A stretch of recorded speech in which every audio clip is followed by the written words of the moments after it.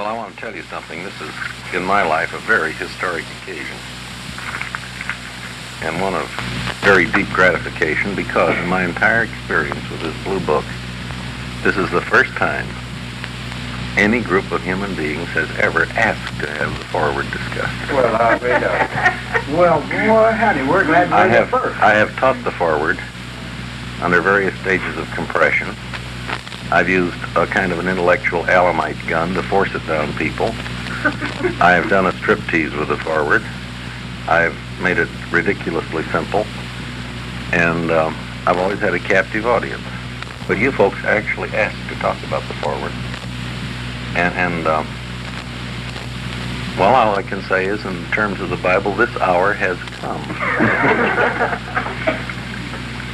I'd like to do this, if I may.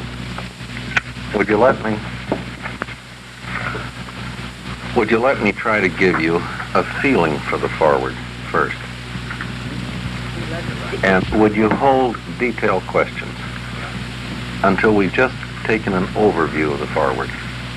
I would like to try to communicate to you my feeling for the intent which is behind the foreword. The foreword starts out with an apology. It says that our language isn't very good, and indeed it isn't. And it says, we want to help you understand. You see, the secondary purpose of the Urantia book is the illumination of the human mind. Its primary purpose is the salvation of human souls. But the book makes an intellectual appeal because the book is in English. Therefore, it's got to enter our consciousness through mind. The foreword tips its hat in 2 paragraphs to the human desire to start from man and proceed to God. You'll recall in one of the papers where they first talked about Trinity teacher sons, they tell why they wrote the book the way they did, starting from God and proceeding outward and downward to man. They point out that if you start from man and go to God, this might be a certain way of grasping fact, but the truth would elude you. You don't start with consequences. You start with causes. You start with sources. And so they start this book talking about God. But there are 2 paragraphs here that start on page 1 at the bottom, in which very quickly they accede to the human yearning to start from the simple and proceed to the complex. In the last 2 paragraphs on page 1, they very quickly start with our world and go right into paradise. And then they add a few comments. Your world is one of many similar planets which make up the local universe of Nebadon. This, with similar creations, makes up the super-universe of Arvanton, from whose capital, Uversa, our commission hails. Arvanton is one of the 7 evolutionary super-universes of time and space, which circle the never-beginning, never-ending creation of divine perfection, the central universe of Havona. At the heart of this eternal and central universe is the stationary Isle of Paradise, the geographic center of infinity, and the dwelling place of the eternal God. Now, I submit that's quite a paragraph, isn't it? In just 8 or 9 lines of type, they start here and take you swiftly into the center of all things. This is their concession to the human desire to start from the simple and go into the complex. I think it's very significant that the foreword starts with a discussion of deity and divinity. Deity, they define as a word which is larger than the word God, because God means a personal aspect of deity. Deity can be other than personal, as well as personal. The first half of section 1 in the foreword is nothing more nor less than a discussion of how deity functions. And they give us 7 levels on which deity functions. These levels vary from the quiet to the active, and they encompass all of the known, comprehensible functions of deity. Deity can be very quiet. Deity can also plan. And that means that there is a potential, a plan which will be fulfilled, a plan that will be consummated. Deity can be fraternal, as in the case of Father, Son, and Spirit. Deity creates and spreads itself out over creation. Deity engages in creativity in time as well as instantaneous creativity, because evolution is simply creativity in time, and evolution simply means that creatures go in partnership with deity. When a seraphim is created, she has nothing to say about her status. She simply is born as a full-grown seraphim. But human beings have everything to say about their status as finaliters. The evolutionary process is no different than the creative process, except the act of creation is slowed down, broken into many stages and steps, and the creature has the possibility of going into partnership with the Creator and a being co-creator of himself as he is to be. I think of the creative and the evolutionary aspects of deity as the outgoing aspects of deity. And I think of the supreme and the ultimate aspects of deity as the ingathering of the consequences of creation and evolution. When all finite creativity, when all finite evolution is summed up, it consolidates in supreme deity. And this is a concept that's quite new in the Urantia book. It's quite foreign to Orthodox Christian theology. It is not wholly foreign to Western philosophy. The concept of a finite God is encountered in Western philosophy. But usually when you encounter that concept, it is to the exclusion of an infinite God. Only in this book do I find the two concepts associated. In the evolutionary supreme being, the universal Father, who inhabits eternity and pervades infinity, is escaping from the terrible limitation of absoluteness. Through the supreme being, the universal Father vicariously can have the experience of having an origin, of having a time of growth, of knowing what it is to struggle. How could an infinite God know struggle except through a finite expression of that infinite God? As you see, God's love, his purpose, his energies, broadside throughout the finite level, in creation and evolution, then consider a bringing back together of all these things, and that is the supreme function of deity. And in the same sense, on the superfinite level, we have the ultimate function of deity. Because what the supreme is to the finite, the ultimate is to the superfinite, to the absonite. Not absolute, but more than finite. This section goes on to discuss briefly what is finite, what is absonite, what is absolute. And I think the simplest way of looking at it is to consider time and space. If we're in time and space, we're finite. Those beings who are above time and space, but understand time and space, deal with it, they're absonite. An absolute being is timeless and spaceless. I could think of a practical illustration there. Jesus' personalized thought adjuster is a timeless being. a timeless entity. And you'll recall that when the Master put the command of all celestial forces into the keeping of his personalized adjuster, this adjuster warned him. He said, now I'll make sure that you don't move about the planet. I understand space. But he said, I want to warn you. If you want to do something that merely means an abridgment of time, I can't help you there because I'm not conscious of time. This thought adjuster does not transcend time. This thought adjuster is timeless.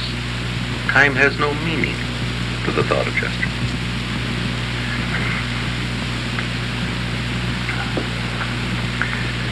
This section goes on to discuss divinity.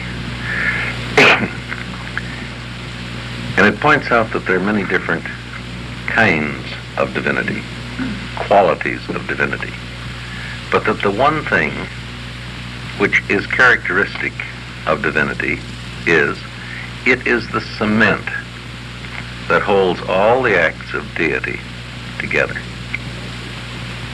If something is related to deity in any way, shape, or form, it manifests qualities of divinity. Elsewhere in the papers, the comprehensible elements of divinity are defined as truth, beauty, and goodness. We are told that these are unified in living personalities as love, mercy, and ministry. Elsewhere, we're told that God is love. We're told that mercy is love applied, and that ministry is mercy in action. An effort is made in the second half of this first section to open up our thinking in terms of the quality of divinity. And for the first time you encounter the permutation of three. There are 7 different aspects of divinity portrayed here, and if you'll stop and consider, this is the same pattern you encounter in the 7 master spirits. They point out that divinity may be perfect, relative, or imperfect. And then they let these associate. And you wind up with 7 different possible combinations. And I think if you think of 3 in relation to 7, you'll find this pattern more than once. Perfect in all respects, imperfect in none. Perfect in some respects, relative in other respects, imperfect in none. Perfect, relative, and imperfect, all in association. Relative perfection in all aspects, imperfect in none. Relative and imperfect in association, imperfect in all aspects. I would say in human beings you have an association of the perfect and the imperfect. The thought adjuster would disclose perfection of divinity, and a human being would be a rather completely imperfect entity, wouldn't he? You would have Alpha and Omega associated in man. Having discussed deity and divinity, this foreword then goes on to talk about God. When we consider God, we are considering an aspect of deity. The personal qualities of deity. How can we best understand that deity can be other than personal? Well, the Universal Father is the Lord of gravity as well as the source of love. To use the word God loosely now, God has a different attitude toward the physical universe as compared with his sons and daughters in time and space. God could hardly love a spiral nebula, could he? A spiral nebula is not a person. God's laws of gravity, of motion, of mass would apply to the spiral nebula. God's attitude of love would characterize his relationship to man. When I think of deity, and I want to name the deity of God, I use the term the first source and center. I do not worship the first source and center. I worship that facet of the first source and center which is turned toward me. And this is God, more particularly the universal Father. I cannot worship that which I cannot comprehend or love. I cannot love the source of gravity. I can well love the Father of personalities. Even God, though, has its aspects. God functions on more than one level. We are not told here, we are not told how God functions in terms of absolute perfection. But we are told how he functions in terms of relative divinity expression. We're told that he functions pre-personally, personally, and superpersonally. And when he acts in these three relationships, he acts in a different way. Pre-personally, he fragments. He produces father fragments. Our relationship to these father fragments has to do with just one class of them. They're called thought adjusters.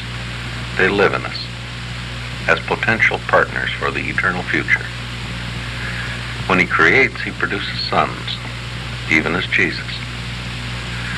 And then he functions superpersonally. This is beyond personality. The pre-personal would be before personality.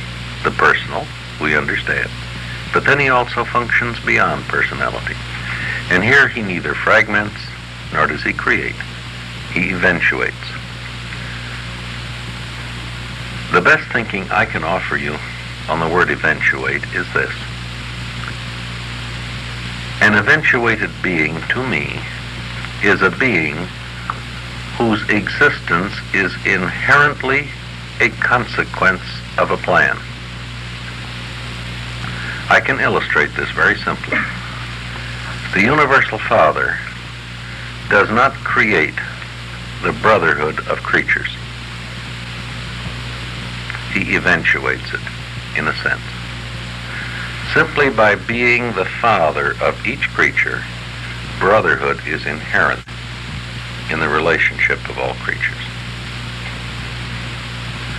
I think we're stretching the word eventuate, but it's a good illustration. God does not create universal brotherhood. Universal brotherhood eventuates out of the fact of God's universal fatherhood. You cannot have one without the other. Don't make that go on all fours. The word God has more than one meaning in these papers. The word God is used with 7 different meanings. We are familiar with the first 3, God the Father, God the Son, and God the Spirit. We're not familiar with God the Supreme. This is the emerging deity of the finite level of existence. This is evolutionary deity. This is God in time, not God in eternity. This is God in space, not God in infinity. God the Supreme is not an infinite deity. God the Supreme is a consequence of the acts of infinite deity. God the Sevenfold is an association of deity. Our encounter with God the Sevenfold is in the bestowal of Jesus, a very real encounter. When Jesus said, "He who has seen me has seen the Father," he spoke as God and for God. And this is the truest illustration that we can apprehend concerning the function of God the Sevenfold. God the Sevenfold is God anywhere in time and space. God in action in the imperfect evolutionary domains. To us, the only God that we can comprehend is in the human bestowal of Jesus. And this is God the Sevenfold in action. God reaching out from paradise to fellowship Any creature, at any level of existence, even mortal creatures, at the lowest level of existence. What God the Supreme is to the finite level, God the Ultimate is to the superfinite, the absonite level, that level which always like the ham in a sandwich. If the lower piece of bread is finite and the upper piece of bread is absolute and infinite, then the ham would be absonite, transcendental, separating the finite from the absolute. God the Absolute would be the final expression of deity. God the Absolute would be the final experiential or comprehensible expression of the Father, as the Eternal Son is the existential expression of the Father. Existential meaning that which comes into being by the inherent acts of God. Experiential meaning that which creatures have had a hand in, hence could understand. If God the Absolute could ever appear in fact and in completion, then through God the Absolute we might understand God the Father as infinite. This tells me that God the Absolute will never complete his growth, because we will never understand the Father is infinite. We'll merely grow in that understanding. The third section deals with the first source and center.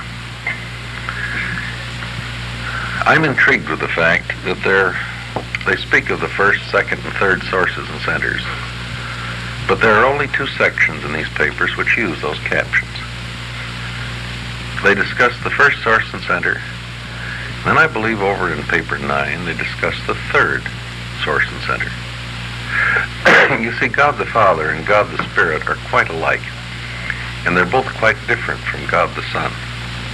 The Father and the Spirit are personal, as is the Son, but they're also everything else besides being personal.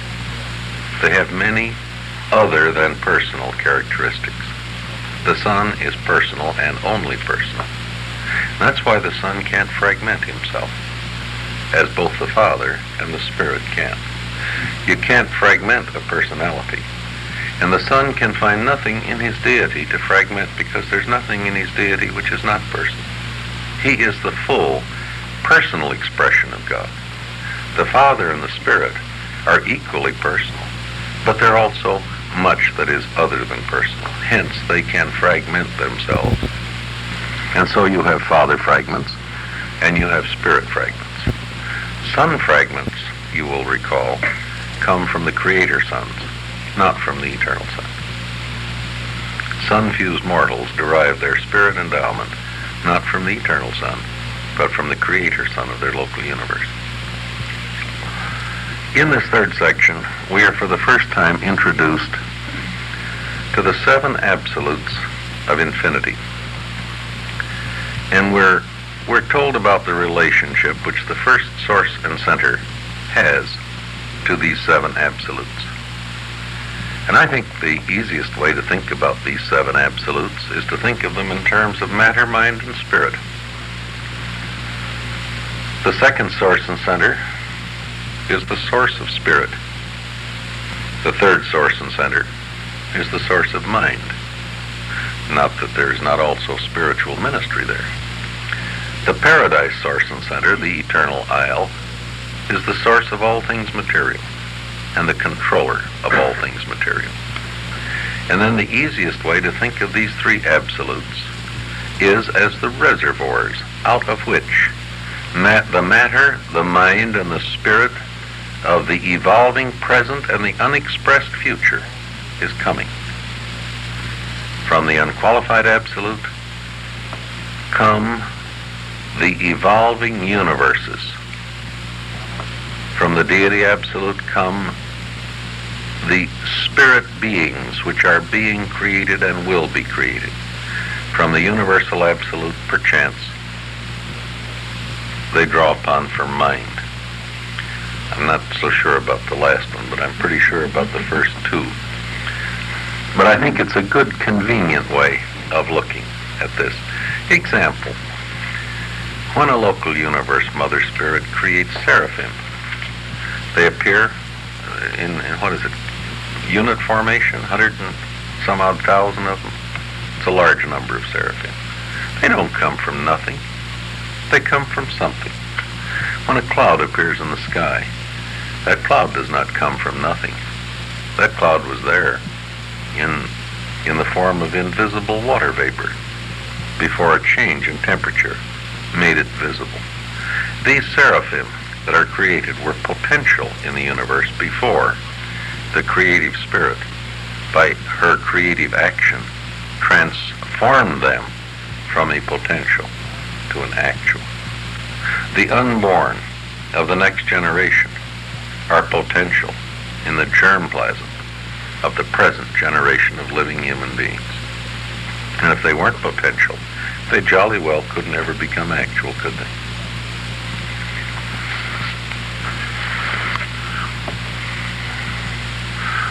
This section makes an unqualified statement. There are 7 absolutes of infinity, but the first source and center is primal in relation to total reality. This is not polytheism we're studying. This is monotheism. There is only one infinite being. Others share his infinity and his absoluteness, but none takes precedence over the first source and center. God, the universal Father, is the personality of the first source and center. And then they discuss how God is related to the universe. And we see that God is not directly related to the universe except in one aspect. God is related to creation, to the universes, through his 6 associated absolutes, except in one particular. He is the direct Father of every personality in existence. All personalities derive that quality of being from the universal Father, and they are linked to the Father by the personality circuit. The other 6 absolutes do not participate with the Father in this bestowal of personality, with one minor exception. The infinite spirit, the third source and center, has the Father's proxy. He's the Father's attorney in fact, and he can act for the Father. But again, this is the delegation of creative power. This section goes on to talk about reality. They point out that the maximum reality which we can understand is a finite God. And let's face it, we want God to have a beginning, don't we? A beginningless God is really beyond our comprehension. The only reason we accept an unbeginning God is because it's ridiculous to have a beginning. Because if he has a beginning, who's his father? Who's his grandfather? Who's his great-grandfather? We have the choice between an uncaused cause or an endless series. Do you see that? And the endless series, of course, is ridiculous. The Greeks tried it. Back of Zeus, they had Cronus, and back of him, they had someone else, but eventually you give up. And you simply start with the uncaused cause. The section goes on to point out that conceptually we need a beginning. And though there never was a beginning, they're going to give us one in concept. But they warn us this is not a reality. To God, to deity, prior to any self-distribution, they give the name the I Am. And they say, this is a philosophic concept. This is not a reality. And the most helpful thing I can suggest to you to deal with that is this. We use the number 0 in all our mathematics, but you have never seen nothing, have you?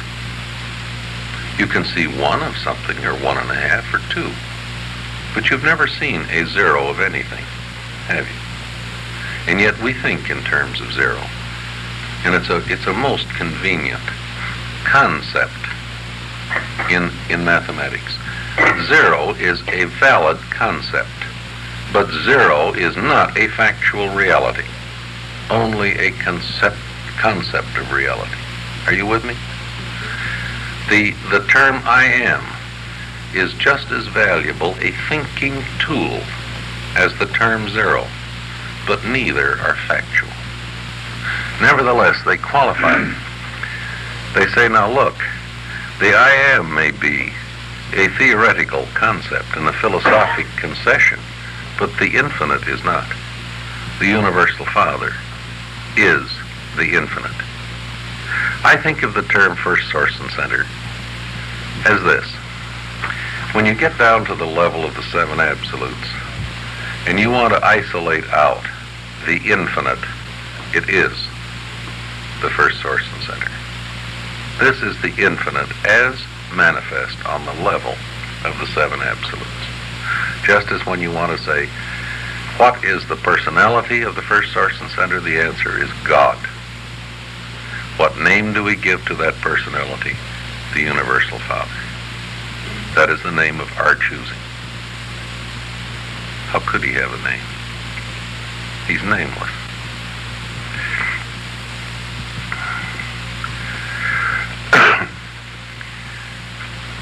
In shorthand here, they tell you how the I am distributed himself.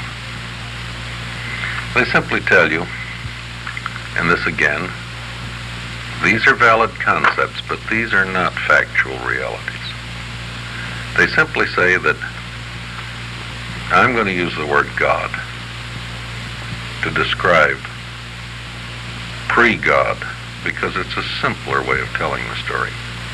They simply say that God separated himself from total reality.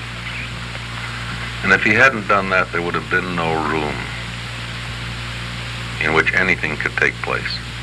Because how would you squeeze something in where God filled all things? God, as it were, contracted himself, and he can do this because he has will.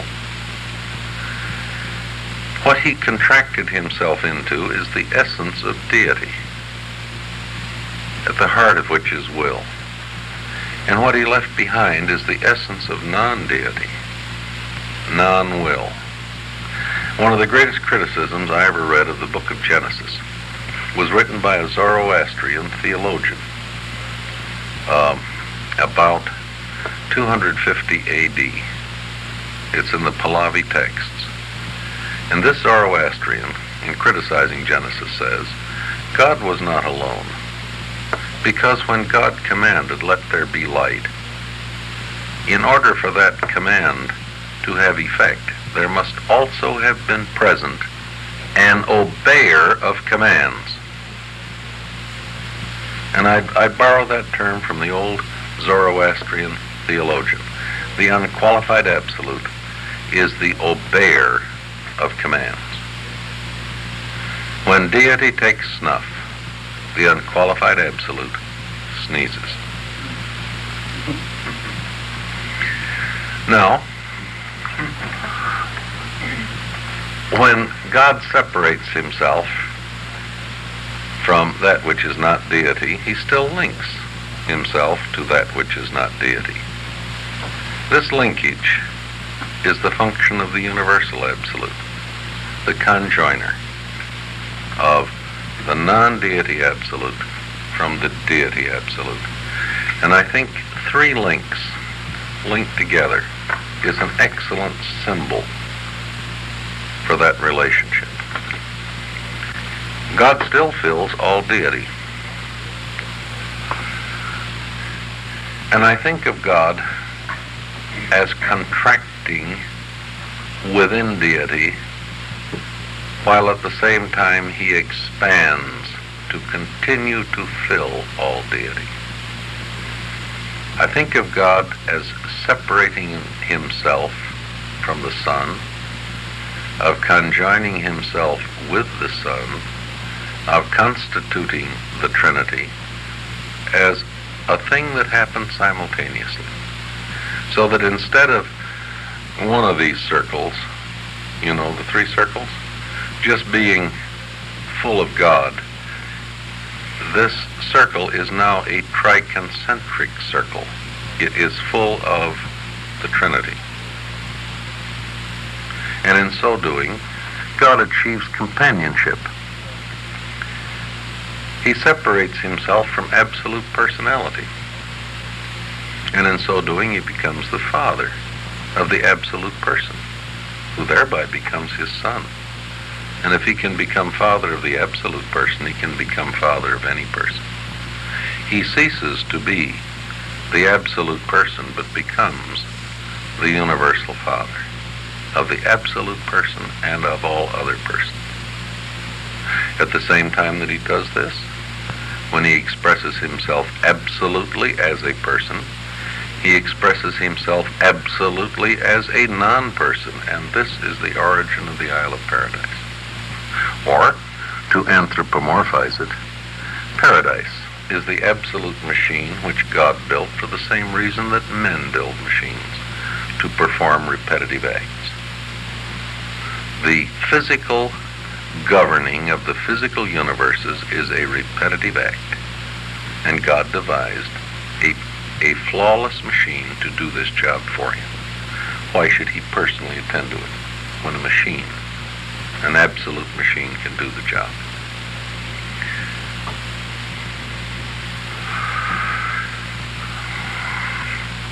They tell us that reality in section 4 is, they're trying to point out that all is not spirit.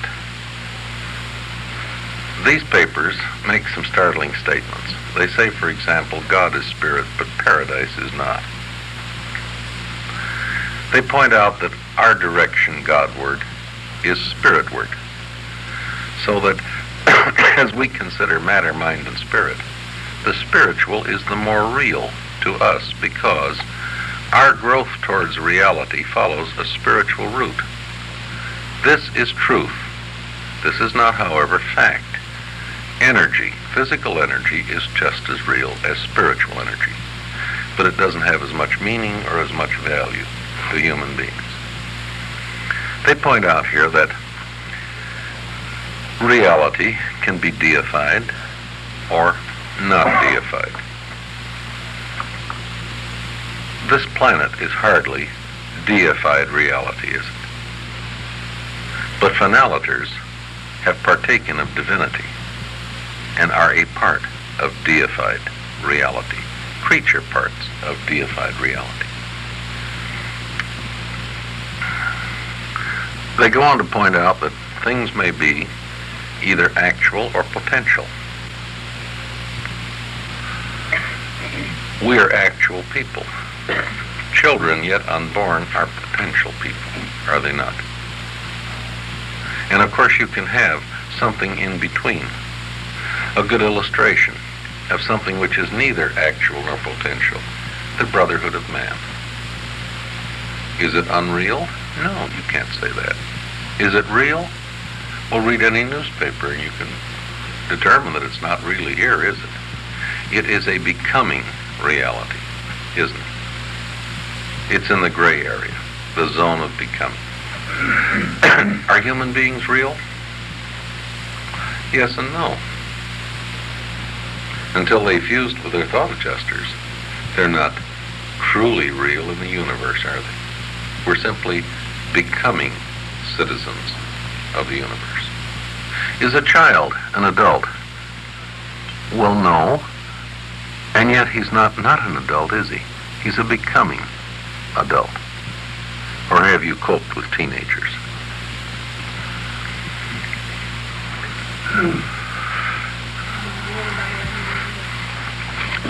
This section closes with a discussion of not spirit reality.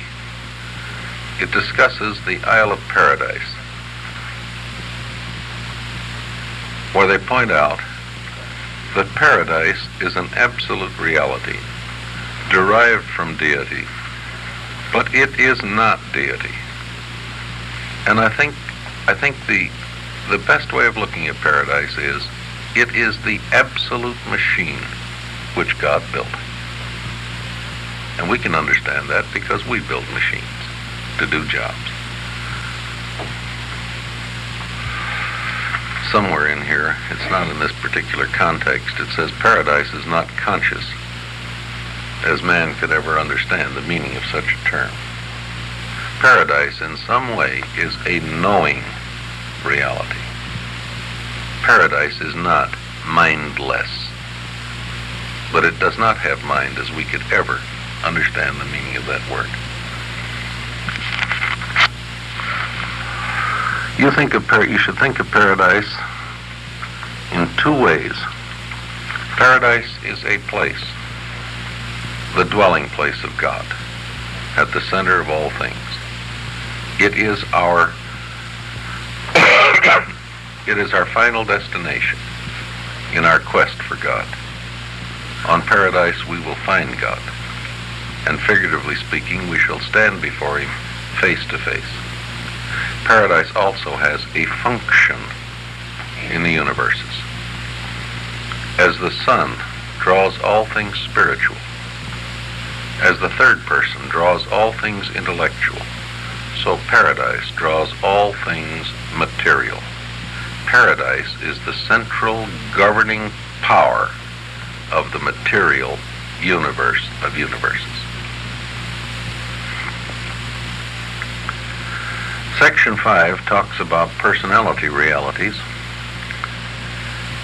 and it points out that personality comes from God, and that all reality that is linked with personality is associable. Pre-personal fragments, superpersonal beings are all contactable and associable with personality and personal beings. This is a part of deity reality, in contrast to the not personal, which can never be associated with the person. Man has no fellowship with a rock, but man can have fellowship with an adjuster, a seraphim, or a transcendentaler, given enough time to have contact with transcendentalers. And they would be superpersonal beings.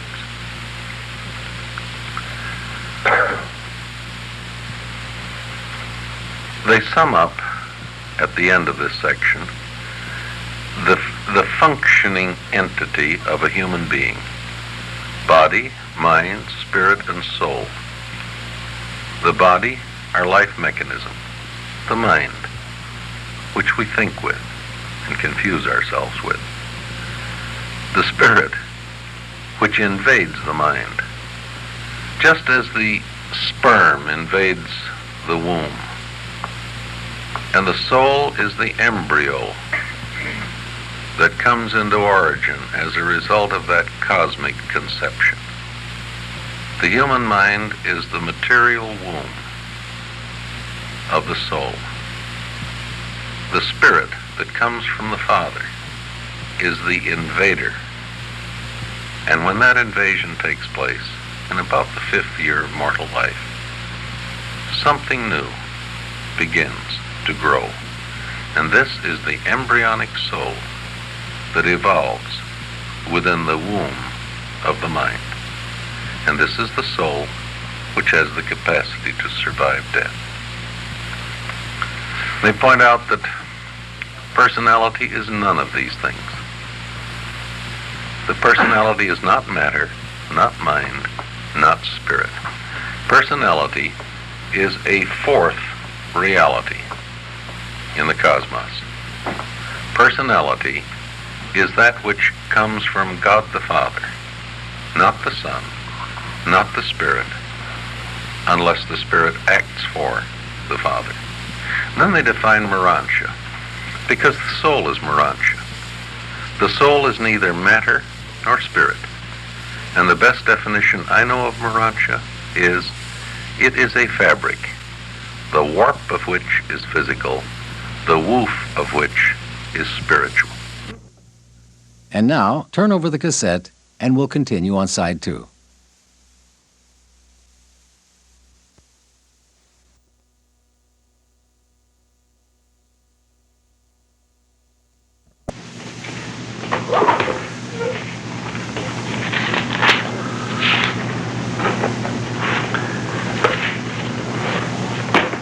Here we take inventory for the first time in these papers of the 7 absolutes of infinity.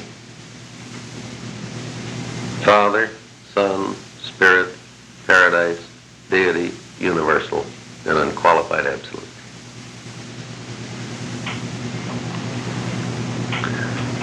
The first source and center is original reality. The next 3 are actual reality. The last 3 are potential reality.